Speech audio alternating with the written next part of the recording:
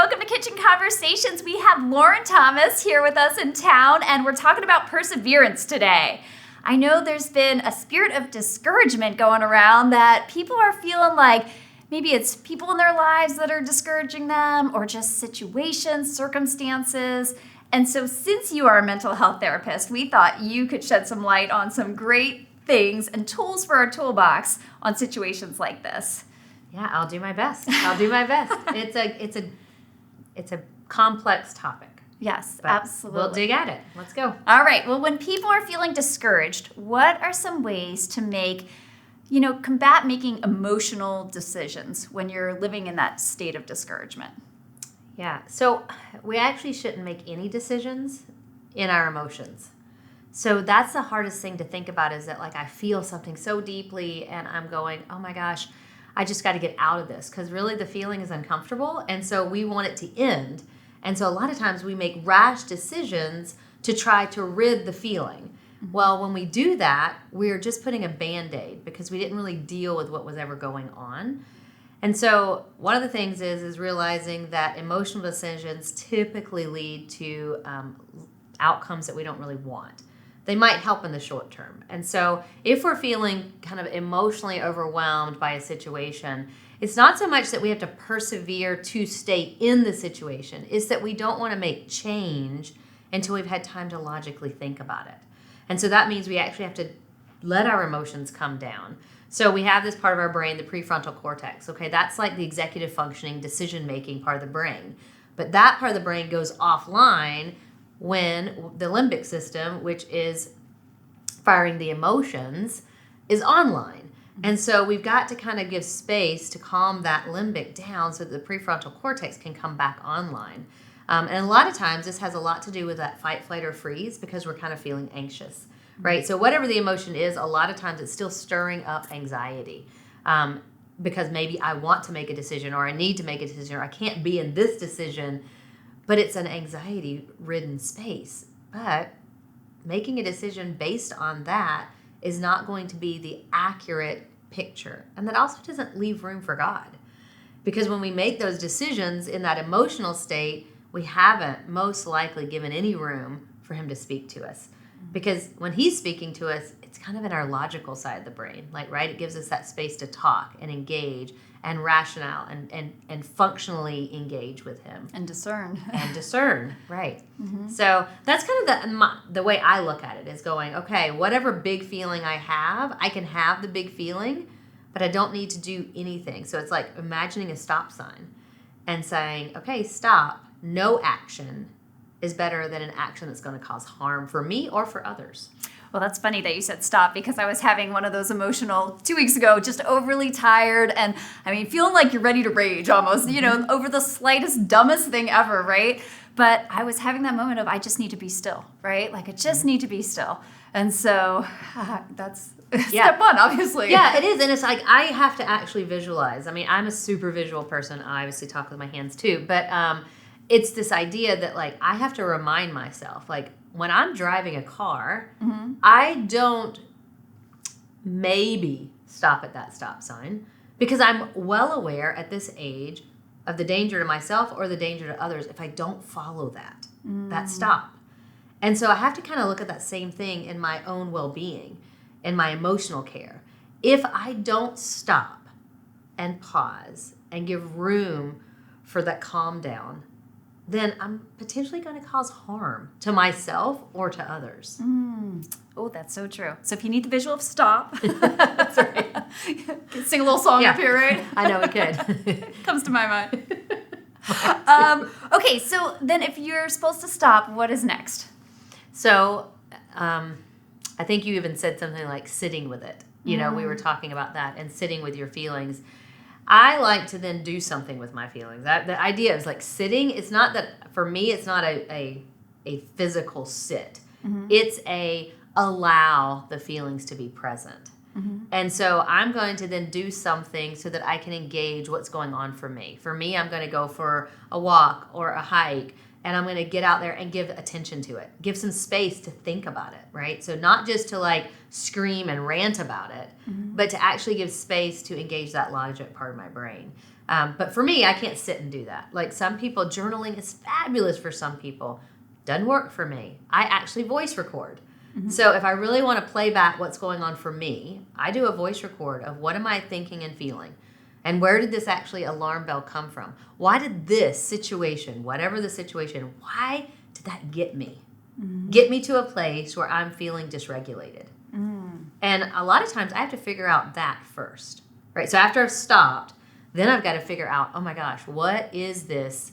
Like, and I call it a trigger, but it's something. And then I have to go, okay, when else have I felt this? Like, and it's typically when else in my life have I felt this? And so it's stirring something for me. And that's a discomfort. And I want to get rid of it as fast as possible. So I actually have to figure that out. Because once you figure it out, then you can go, okay, so how have I dealt with that before? So I'm praying about it. I'm probably talking to a trusted friend about it.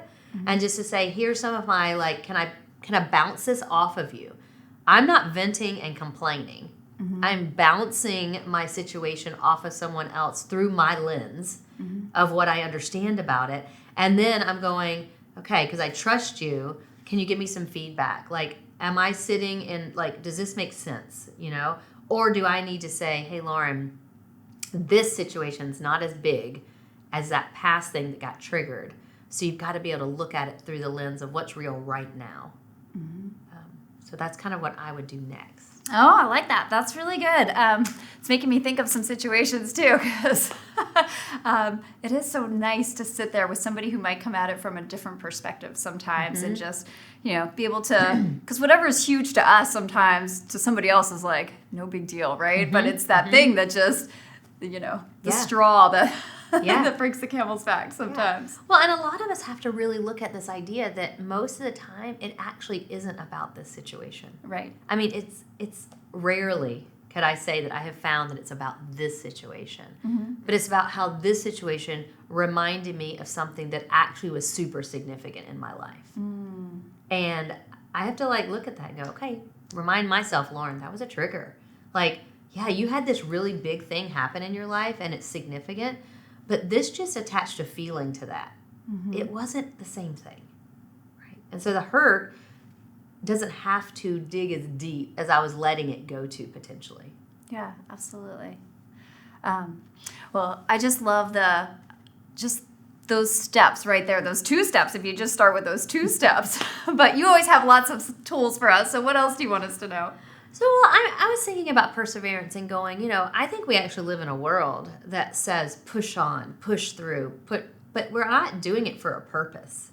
We're doing it to achieve what a worldly view says would be good for us, right? It's all those shoulds that we've talked about on here a ton. But this idea that, oh my gosh, you know, I should be able to cope with this better, so I'm just going to keep pushing through. But in that, I'm not taking care of myself. And so one of the things is we have to actually learn how to soothe. And to like, when we're talking about like letting that emotion calm down, we actually have to know how to soothe that. Like, what do I need to actually take care of myself? Because the situation doesn't need an answer today.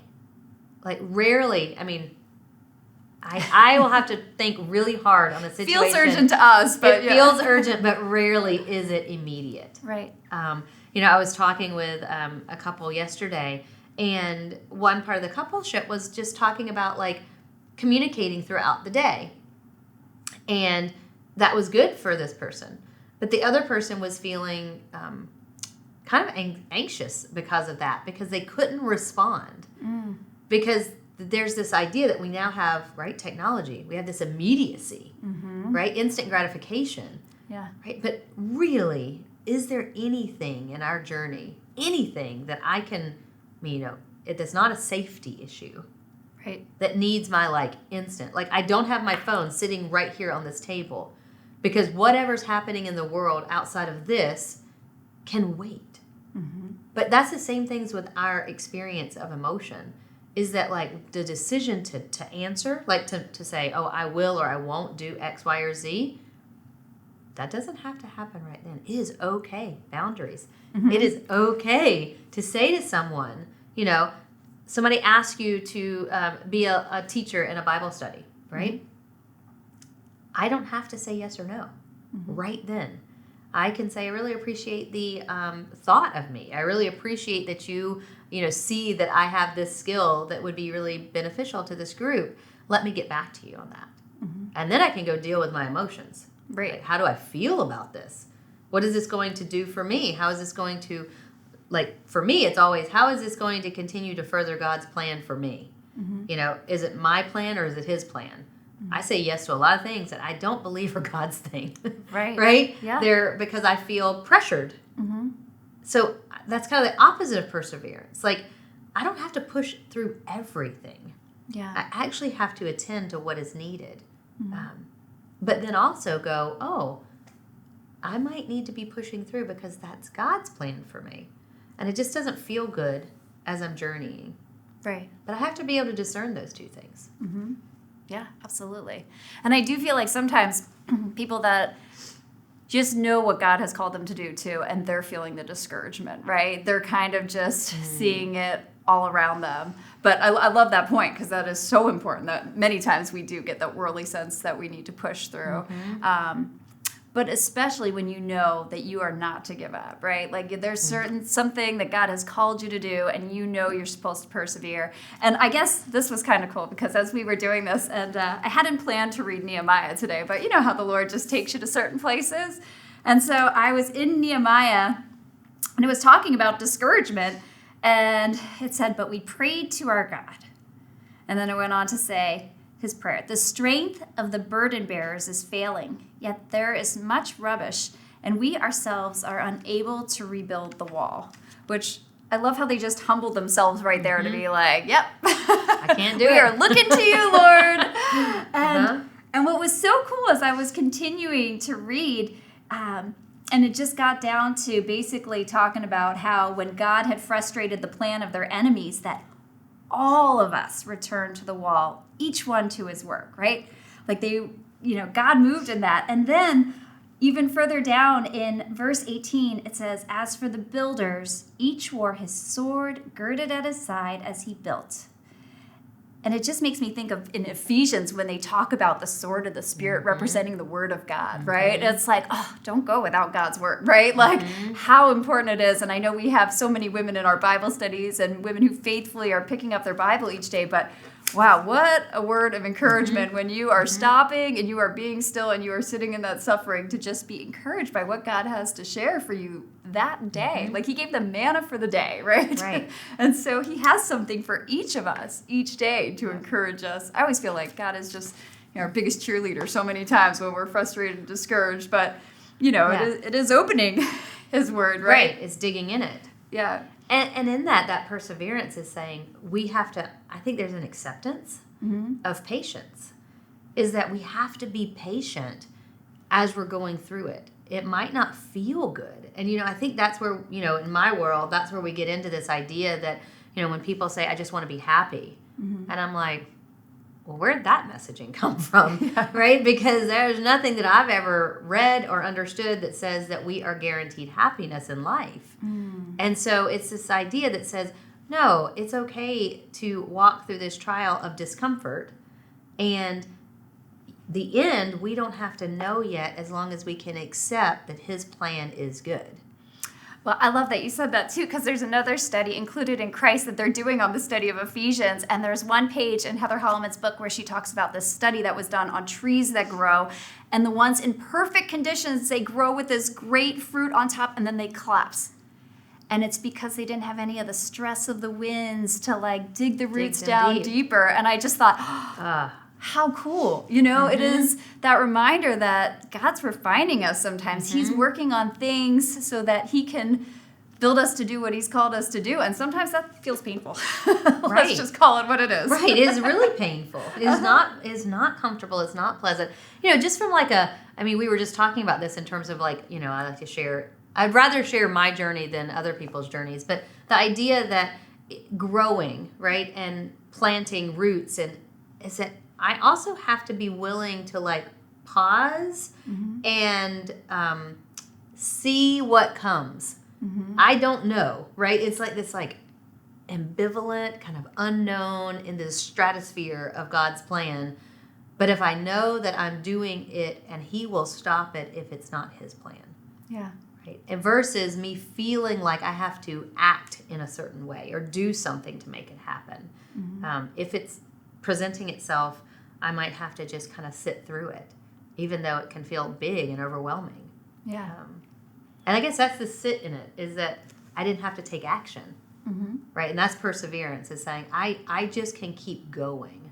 I don't have to change course and I don't have to do something different.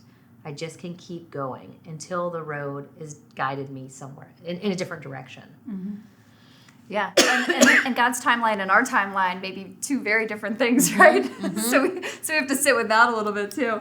But I do just love like when he gets to verse 20 and he reminds us that our God will fight for us, right? And we need to be reminded of that, I think, so many times, to know that the Lord fights for us while we keep silent. Yeah, and we can rest in that. And, I was just talking with my daughter the other day, and maybe I should say she was talking to me, and I was like, what's different this year, because it's middle school. It's different, though. Like, she's having a tough time that's different. It's just a different tough time. And she said, Mom, the only thing I can really identify is that I'm showing up with the love of God freely, and I'm being okay with that, right? She's comfortable standing alone. And how isolating that can feel, and how discouraging it can feel, and how you can question my shoulds. Like, it would be so much easier if I just quieted myself and joined the group. But I'm standing alone, and it's really hard. And I think that that's kind of what we get asked to do, too, in different seasons of our lives and different walks, is that, like, it's going to be hard, and you might be standing over here against the crowd. But if you're standing with God as your forefront, then you're not standing alone, even though it feels lonely. Oh, that is such a good distinction, because absolutely. And when we feel that way, it's like that's when we are so close to him, because we are just going to him with all the, Lord, what about this and about this? And, and he's with us. And so then how do we not get pulled into that like social conformity? Because that's kind of a lot of times what it feels like to me as an adult, is that like it's not somebody specifically saying don't do this or do this, but it's social conformity that I'm getting pulled into, and I'm going, wait, Lauran, you're losing yourself, and so when I step away, it can feel kind of lonely. But I'm choosing that perseverance, because if it's right, because I know I put it in his hands, it just doesn't always have to feel right. I love that. So that's your encouragement today. Might not feel, always feel like you're being encouraged, but just that reminder to persevere. And I always think of, I don't know if you've ever seen this comic. I love this comic for years. And it's this guy digging for diamonds. And you see this whole tunnel he has dug. And he turns around with his shovel. And you can see in the comic the little sliver before all the diamonds. But he's turned around to give up. And it just is that good visual of just persevere at just the right time. Push through. Well, and also I have found, here's another toolbox moment, but I have found the idea of that if I can remind myself why, like what's my motivation? Why was I starting this project? Or why was I volunteering my time in X? What was that about for me? Where was the motivation coming from? And if I can align that with what I know God's purpose for my life is, then it helps me to keep persevering. But when I am questioning the why and I haven't been able to answer that, that's when a lot of times I find myself giving up, because I haven't gone back to like, what is his plan for my life that's been clear and made true to me, even if I don't know what the outcome looks like. Right. And so that's a really good kind of stop moment, is to say, okay, it doesn't feel good, but how is this aligning with the mission he has me on? And then I actually can say, too, is it aligning with the mission that he has me on? Yeah. Because sometimes it's not. Sometimes it's my, yes nature. Or lack of boundary setting, or people-pleasing mentality. But if what I'm doing is uncomfortable and it's in the same mission of what he's aligned me to do for my life, then I have to just be okay being uncomfortable. Comfortable with the uncomfortable. I feel like that has been So true. a theme many times over in my life. Yes. Yep. Oh, I appreciate you sharing all this. Is there anything else that you want the women to know? Oh, goodness. I think the one key is that if you have a tough decision that you're trying to make and you have done the stop and you have done the addressing, like, where does this feeling get triggered from, finding that trusted place to process it. We don't have to be on this journey alone.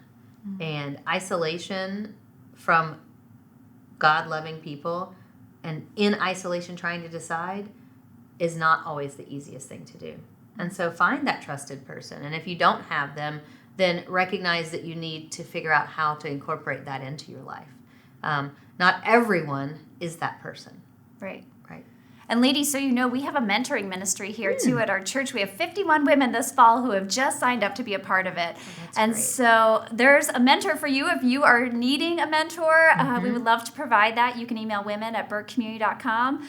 And that's such a good reminder. So thank you for that. You're welcome. We have loved having you here. Thanks Thank for you, having Lauran. me. Yeah. And go persevere.